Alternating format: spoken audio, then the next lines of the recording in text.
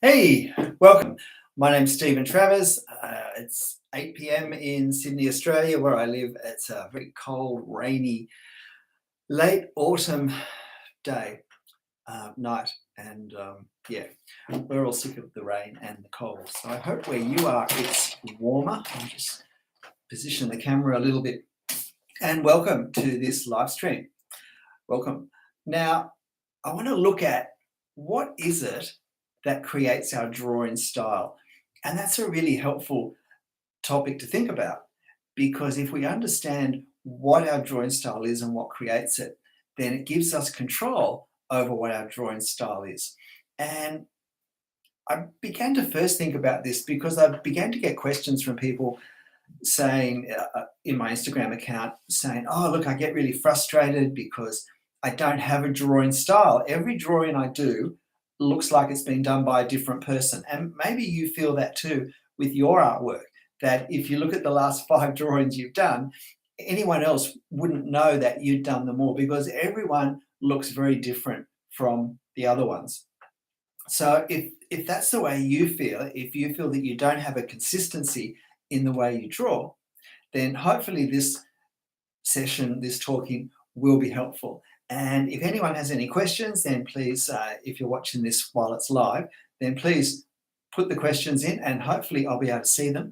And yeah, I'm still navigating my way around the YouTube live stream system. So hopefully I'll be able to connect with those. So what is a drawing style? Well, in my mind, a drawing style is simply how your drawings look, the characteristics that make them recognizable. Okay, so what causes this to happen? Why do we know a Monet painting is a Monet and a Picasso is a Picasso? It's not just because of their subject. We can look at a Monet and someone like Pissarro who did similar subjects, and yet we still know who's who. So it's more than just what the subject is and what the medium is. So I think it helps to understand what happens when we draw. When we draw, we're looking at possibly a 3-dimensional object, and we have to translate it into a 2-dimensional format. So if I'm sitting in the street drawing St. Paul's Cathedral in London, then I'm looking at a building which is 3-dimensional, but I've got a sheet of paper and I've got lines, and I have to represent it only using lines. And so I like to think of that as translation work. I'm translating a real 3D thing into 2D, and I've only got line to do it. Or maybe I've got ink if I'm using tone. So how we do that translation will determine how our drawing looks. Now, maybe I'm not drawing from life. Maybe I'm drawing from a photo. And if that's the case, a photo is already 2-dimensional. And that means some of the work is done already. And that's why most people would say it's easier to draw from a photo than from real life, because we're going now from 2 dimensions to 2 dimensions. However, there are lots of things in a photo that we can't easily translate into our drawing exactly.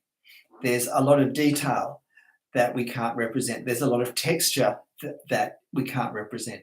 So that's the other problem. Even with a photo, it's not straightforward. Even if we wanted to trace outlines, it wouldn't be a great representation of that. So that's a problem. So what happens is then when we want to do a drawing, we have all these problems that we have to solve. And I want to take the example of a tree to explain more fully the problem and therefore the solution, and how that connects with our creative, with our drawing style.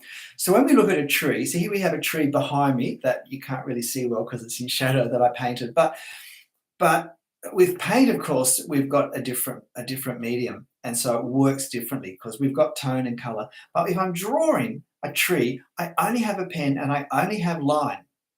And so when I look at a tree, I'm looking at something that could be, very large and very wide or different shapes, and there are leaves and branches. But the big problem is the leaves. Because when I look at a tree, I know that it's full of hundreds of thousands of leaves, if not millions of leaves. So how do I draw those? Because if I'm looking at a large cube, then that's easy enough to draw fairly exactly, fairly precisely. But if I'm looking at something that has hundreds of thousands of parts to it, how do I represent that just drawing lines? Now, that's the problem.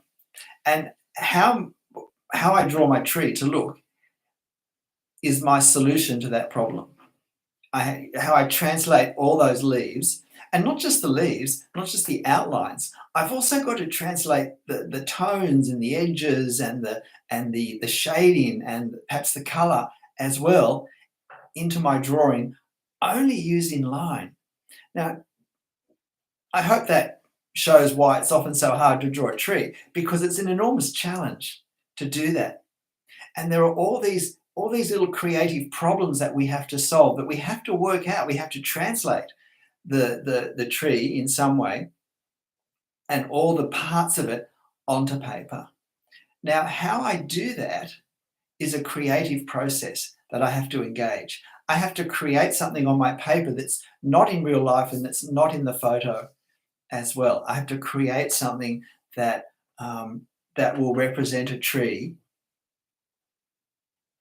And how I do that determines my style, determines my artistic, my drawing style.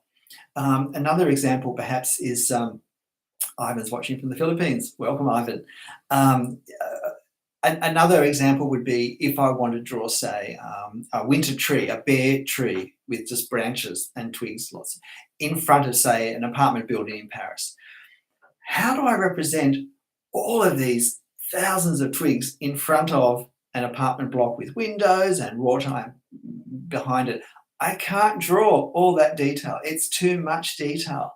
I have to create some way of representing that with my line. And again, the solution to that problem, the way I do it, will determine how my drawing looks.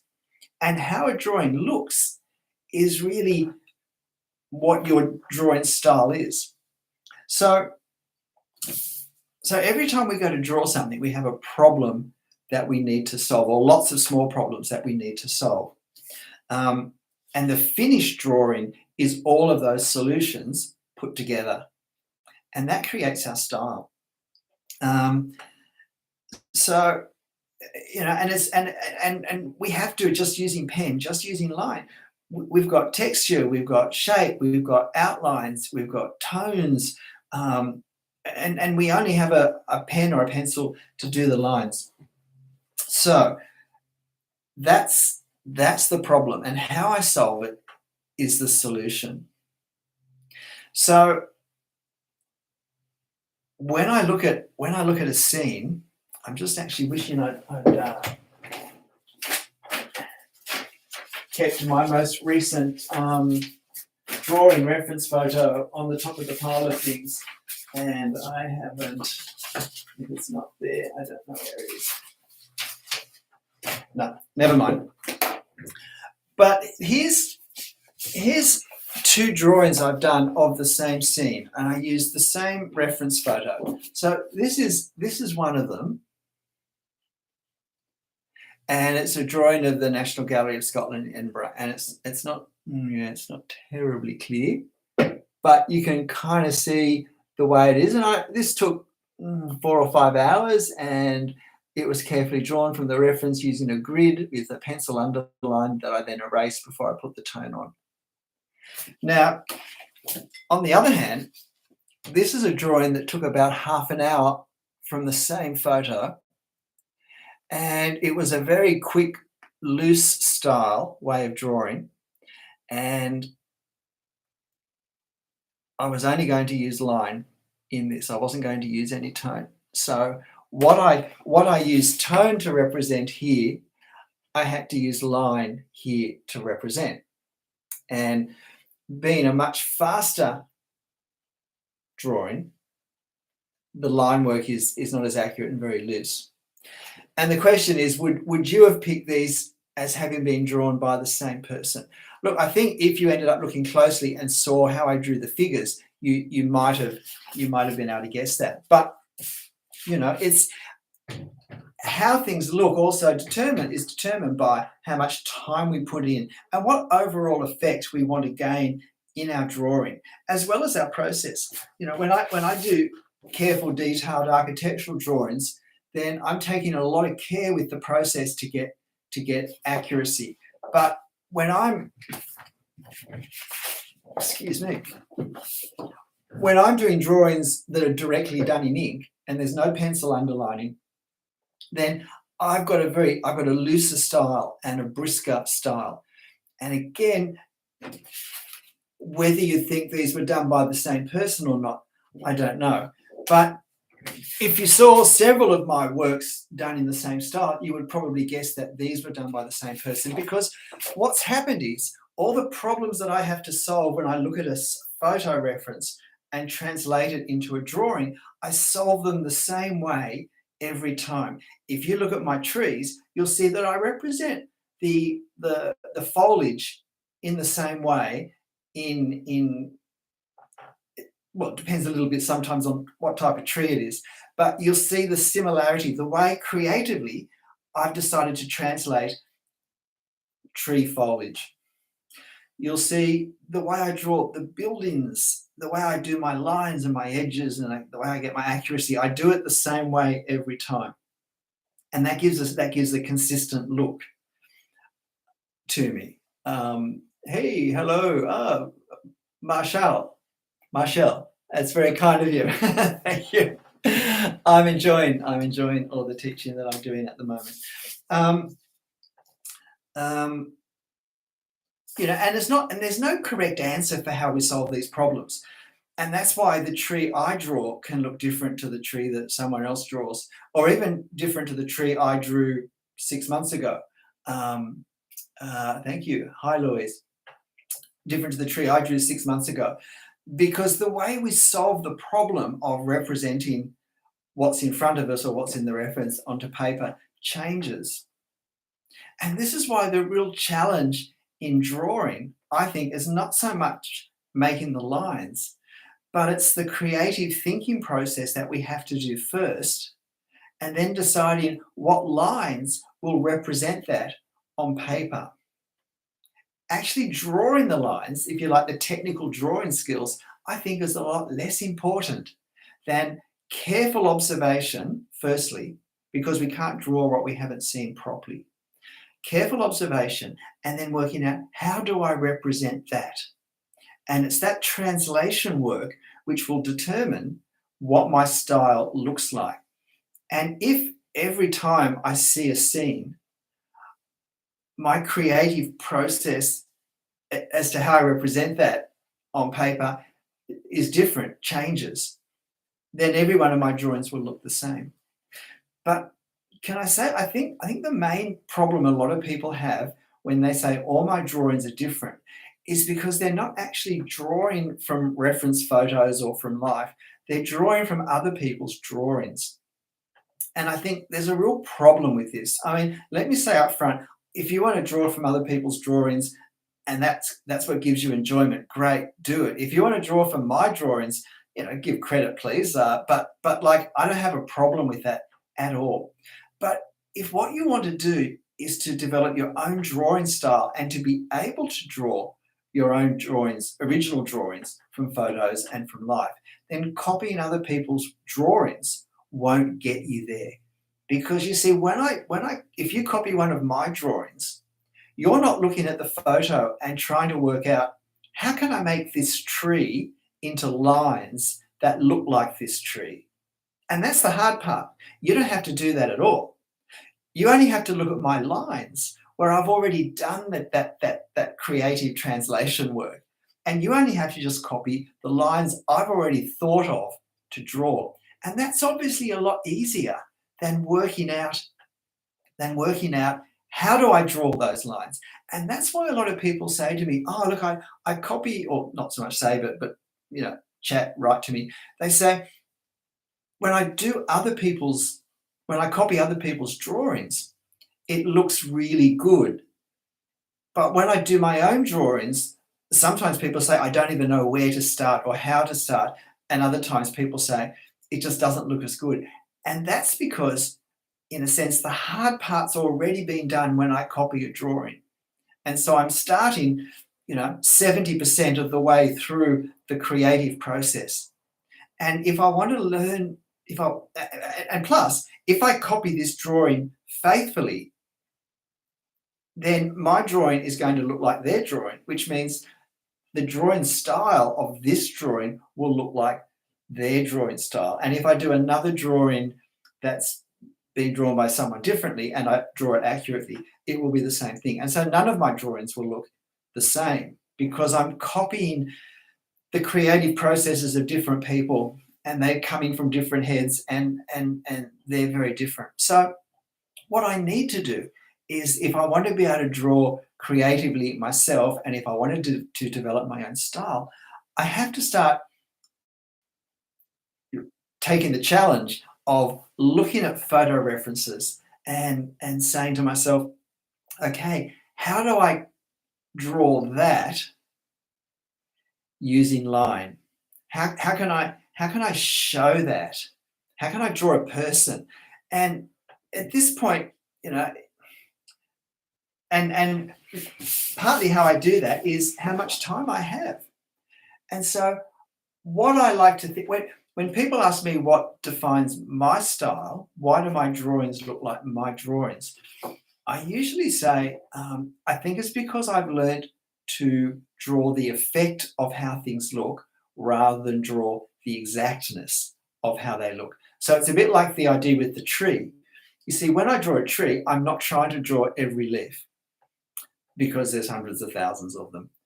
What I'm trying to draw is the effect of the leaves. Now, that means I'm not copying any actual line in life or on the photo, possibly the trunk of the tree or some of the branches, but I'm having to create an effect with my lines that looks like leaves.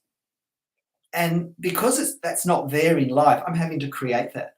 And that's what I have to learn to do, to exercise the creative processes in my head. The creativity is what I need to develop my own drawing style.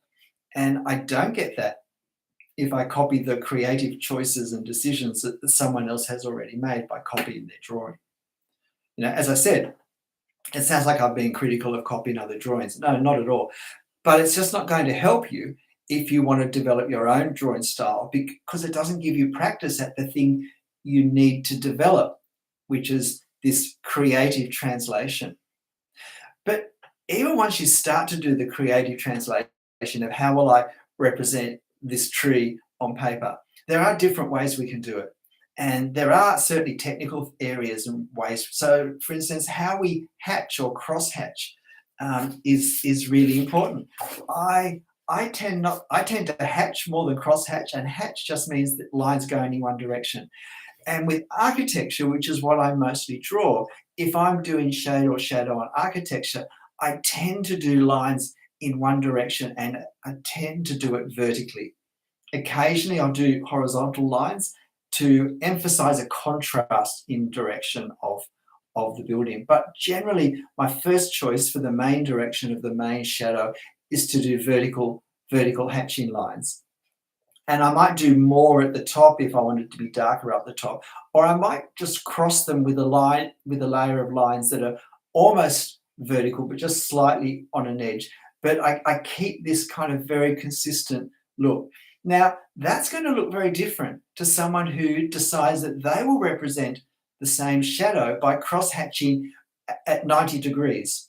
So whether it's vertical and straight across, or whether it's 45 degrees one way and 45 degrees the other way, that's going to create a very different look. And it's not saying one's right or wrong, but we've just chosen a different creative process of representing the same thing. I think one of the biggest things in creating, if you draw architecture as I do, so I'm sure all my examples are, I'm sorry about that, if you do portraiture, but the principle is exactly the same, is whether you use a ruler or not.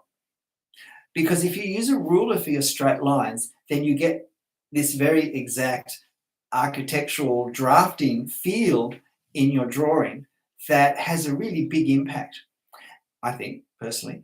And if you don't use a ruler, then all of your long straight lines are going to have a bit of kind of wiggle in them, because none of us can draw that many straight lines that perfectly all the time, and especially if you draw architecture and there's things like columns and whatnot. So it introduces a certain looseness into the building or whatever we're drawing.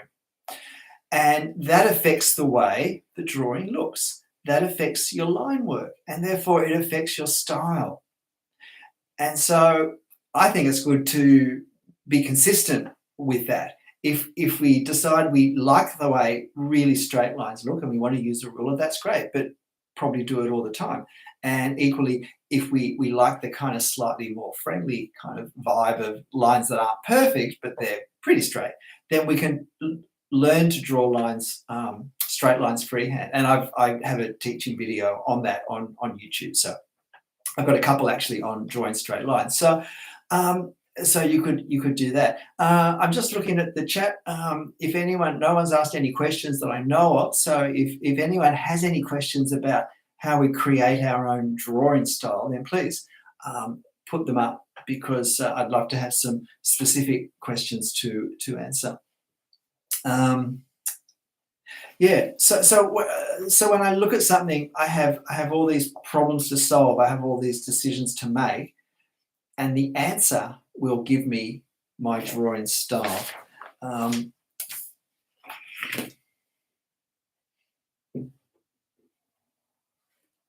Yeah. I mean, how do I represent color? Using a pen, using a black and white pen.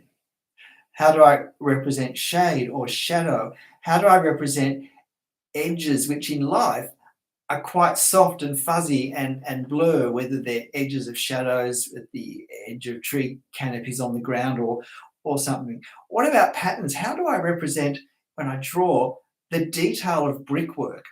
If I have a large brick building and if I look carefully, I can see every line, or if I'm looking at a photo, I can see every brick. How do I represent that in my buildings that I draw? Am I going to draw every single brick? Now that's a creative choice I have to make. And if I do decide to draw every brick, then that's going to take a lot of hard, very disciplined work to have it look good. If I decide not to, do I ignore the bricks completely? And that will give my drawings of buildings a certain look, a certain style. Or do I decide to partially draw them? Do I decide to try and create the effect of brickwork without having to draw every brick? And that's something that I do myself. This was a drawing I drew recently of a cottage in Yorkshire, and you can see that with the stones in the dry stone walls and in the stone cottage, I've just drawn a few. I've just drawn a few in a few spots to convey the effect that this is what the building's made of. And my thinking is that when we look at something like that, our brain will see the ones we've drawn and will almost put into place, in some ways, the ones we haven't drawn. So it's, if you think that what I've done looks effective, then you're probably agreeing with that. If you think it doesn't look effective, then you're probably not agreeing with that. And I'm not saying any way is right or wrong. That's the way I've solved the problem of when there's stonework, because I want to show, whether it's bricks or whether it's larger stones, I want to show that. But I just can't draw every brick, every stone. And so I have to have a way of translating that. And the way I choose to do that will create my part of what my style looks like. Whether I do quick lines or slow, careful lines, as we saw in the two examples I showed you earlier of the same scene, will also help determine my style. So, and if I want a nice brisk, I really have what I think of as two different ways of drawing. I have my studio style, which is the really detailed, kind of very accurate, very sort of architecturally precise style, which I really enjoy doing, but it takes half a day to do a drawing. Or I have my faster. This was quite a quick drawing for a demo for an art society I did the other night, and just I wasn't even going to put the tone on, but someone said, "Oh, can you put some tone on?" So I just got my markers and flung some tone on in a couple of minutes. And that's also a different style because I did it in a different time frame.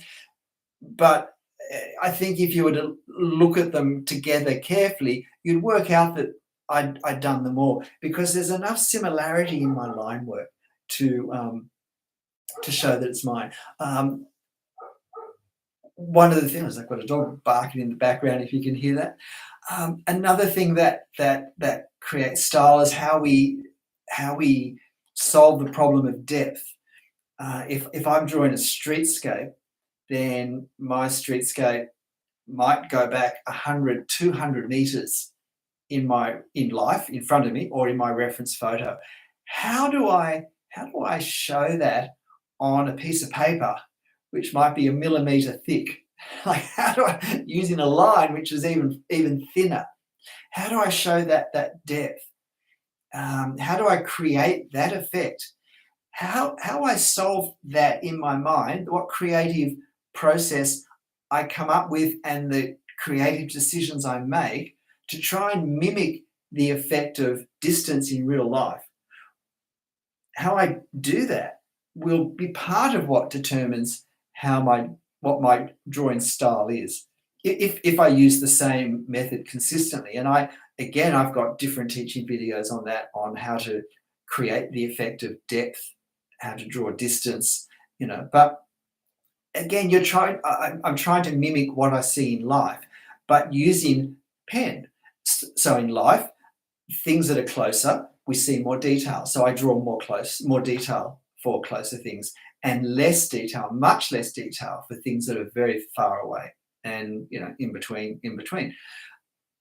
Things that are closer are brighter if we're using color, and contrasts are darker. So if I'm doing hatching, I do more hatching for the same type of shadow if it's closer than if it's further away.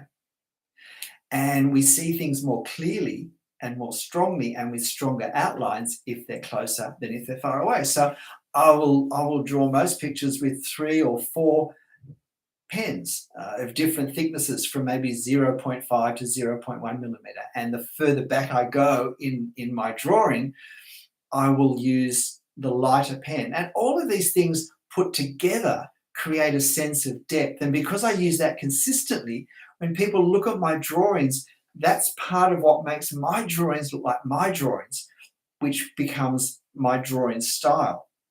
Whereas for other people, if they, for instance, use the same amount of pen, the same thickness of pen, then it won't create that effect quite the same way. And that will make their drawings look different in a way to my drawing. And whichever type we prefer is our personal choice.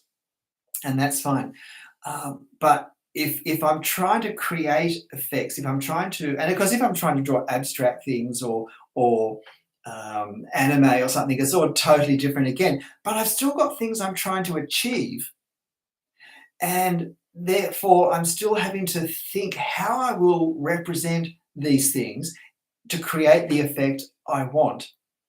And so my own individual drawing style will still develop as a result of how I think and what ways I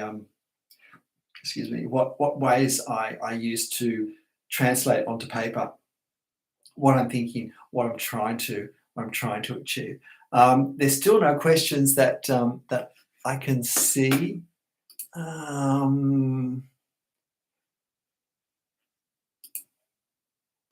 I'll just put a happy.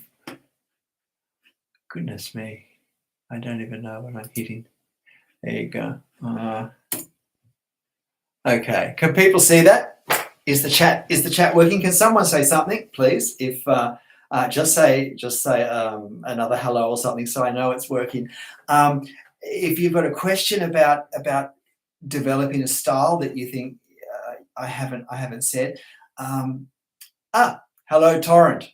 I recognise that name. Yep. That's great, Louise. That's great. It's good to know that people are there.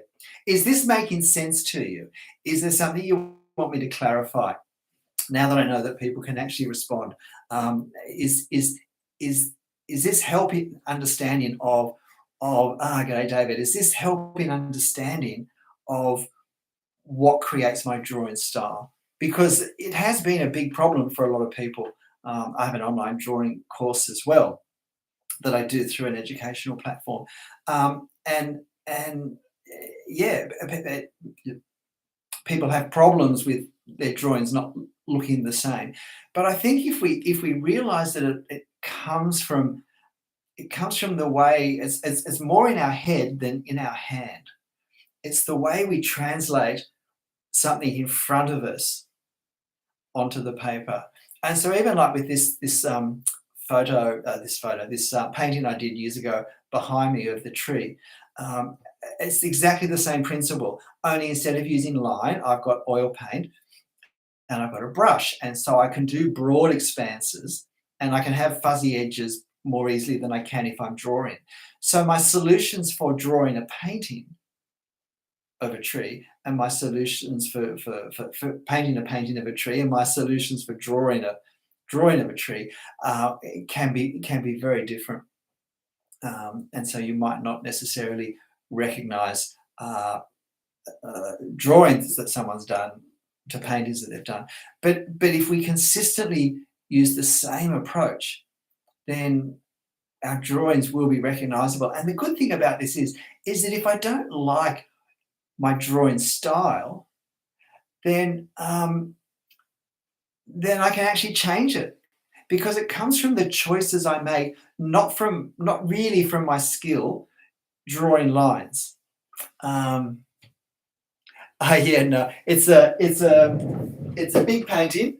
That's actually where I started my art, was doing big paintings of trees, because I just love them so much. My drawing is quite recent. It's really only since 2018 I've been doing the drawing, which I now love, seriously. But honestly, drawing architecture after painting big trees, it's it's quite a big shift, isn't it?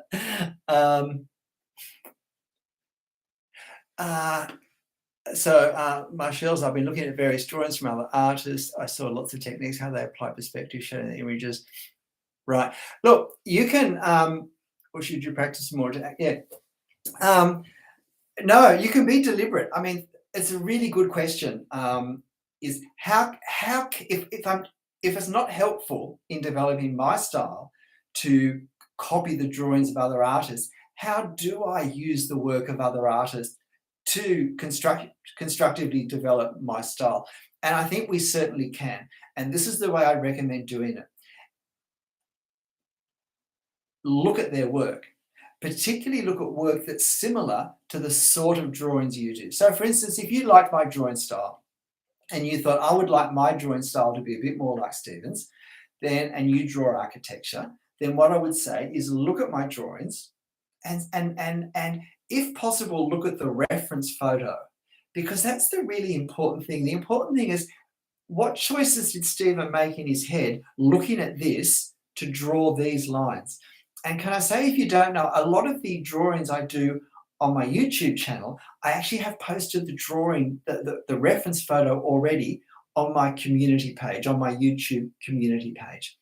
But if you're looking at my Instagram drawings, can I also say that I always credit the photographer, their Instagram account, whose reference I use, whose photo I used with their permission, I will say. And so if you want to find my reference photo for that, you can go to their account, to the photographer's account, and it'll be in the comment at whoever, and you can scroll back, might be a long way back, but you'll find the reference photo I use. So you can look at the photo, you can look at my drawing, and you can say, okay, how did Stephen translate this into this? And if you like the way I've done it, what you should do, I think, is then find another subject, a different subject that's similar but not the same, and then put my drawing away, don't have it in front of you, and then using this new similar reference, do your drawing. And so what you're doing is you're trying to integrate my creative solution into your own creative solution. And I think that's a really helpful way to do it. And so you're still developing the creative processes in your own mind, even though and so in a sense, my drawing and my solution has become part of the reference material in your head that you now use to kind of put it all together and come out with your own solution. And I think that way, yeah, you still develop the creative thought processes. Look, sometimes we do need to work at skills. So like drawing straight lines, if I want to draw architecture and I don't want to use a ruler, then I need to learn to draw straight lines. I need to learn to draw curves. I need to understand, well, it's helpful to understand perspective. If I'm drawing from a photo or from life, I really just have to copy the perspective. But if I'm drawing buildings from imagination, if I'm doing cartoon work and I need to put backgrounds in to my characters or set the scene for what's happening, and I need to draw a scene from my imagination, then I will really need to understand how perspective works. So there are things like that that we need to learn. And I got so many videos on perspective because it's the most popular topic. In that case, we need to know the theory. But beyond that, I can just draw what's in front of me if I can do that accurately. And I really don't even need to know why it looks the way it does if I can observe it carefully and then draw it carefully. I've lost my train of thought a little bit there, but yeah. But it, this applies. Yeah. Oh, I was talking about how we use the artworks of other people constructively. But can you see how if you were just to copy my lines line for line, then all you're developing is your ability to copy. And you might become very good at copying, and that's fine if that's what you want to do. But if you want to draw your own drawings, you're not developing the creative thinking, which is, I think, the really challenging part. It's knowing what line I want to put on the paper, which is the challenge, not so much putting the line on the paper. And it's easier to watch a few videos and pick up a few skills for drawing lines, for doing curved lines, straight lines, close together lines, to do hatching lines. That's probably an easier thing to learn than to actually learn how do I translate a three-dimensional scene in front of me that might be 200 meters big onto a 10 centimeter piece of paper using a line. That's, I think, the bigger challenge. Are there any more questions just while I'm looking there and I know that it's working?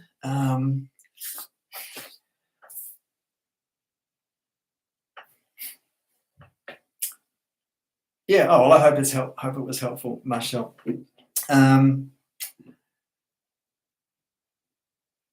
Yeah.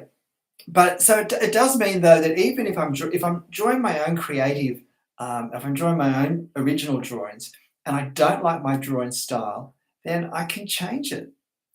I just need to make choices to show how I do trees in a different way, for instance.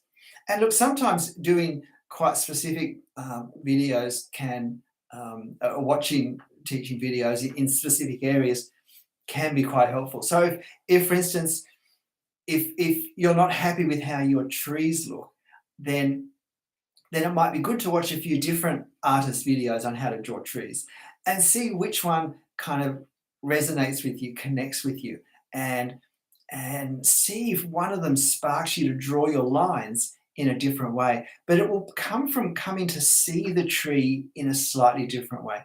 Maybe when I observe the tree, I'm actually not observing the detail I need to see to draw it well. And I think the biggest problem when we don't draw as well as we'd like is we haven't actually observed our subject. And so we're drawing what we think we see, not what we're really seeing. And so it's the difference between how our drawing looks and our subject is often not so much our drawing skill is not so good as our observation skill that's not as good as it needs to be. So I'll just have a look at this question here. When you work, do you see the image first in your mind or first on the paper? Yeah, I mean, yeah, at first guess, I'd have to say that you have to have something in represent something. There's some way it's taking shape, and in a sense, you're copying what you see, or maybe what you feel partly as well.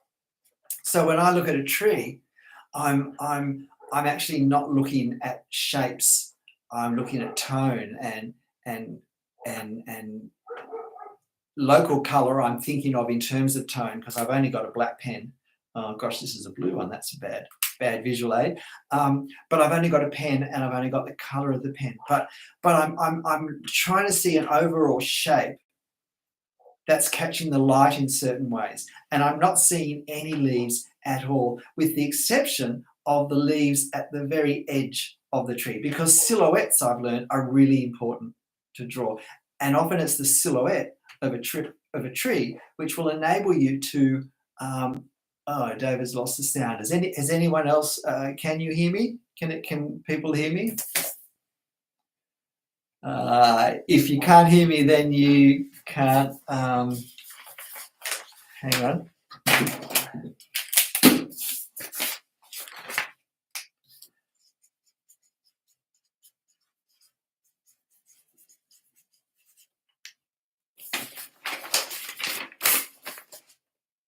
Oh.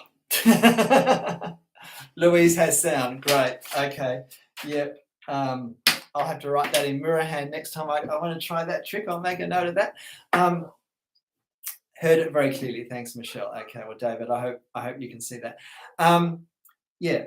And now I have lost that train of thought. Can someone tell me what I was saying? I think I've probably come to the end of my notes. Oh, yeah. But it's often more observation is the issue, not drawing skill. And so again, I must have half a dozen videos on learning to see the things I need to see so that I can draw that thing in a real way.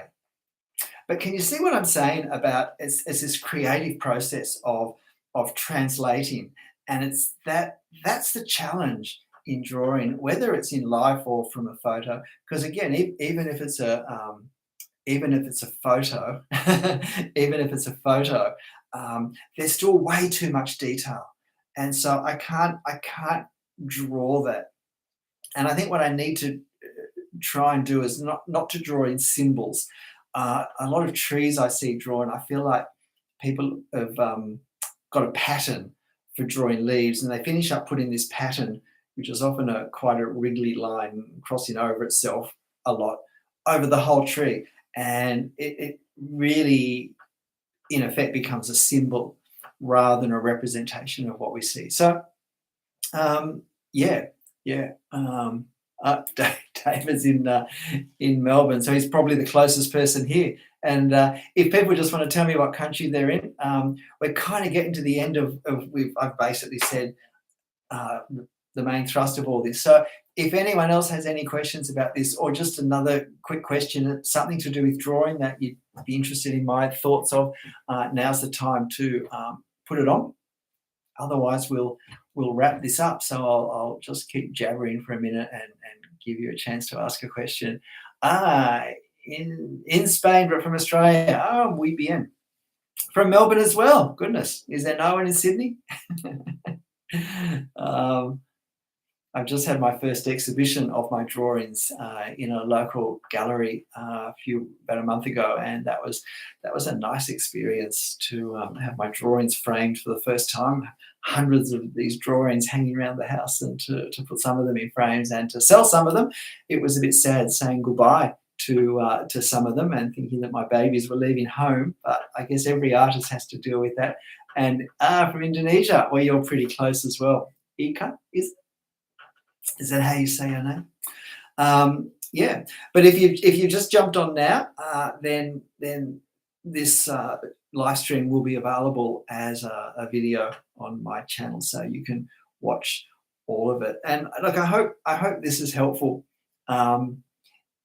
for people in understanding what is it that creates my drawing style, and particularly why copying other drawings won't really advance me in what I need to learn to do my own original work and to develop my own style, because I won't be developing the creative process of that translation work, of deciding how I represent that in this.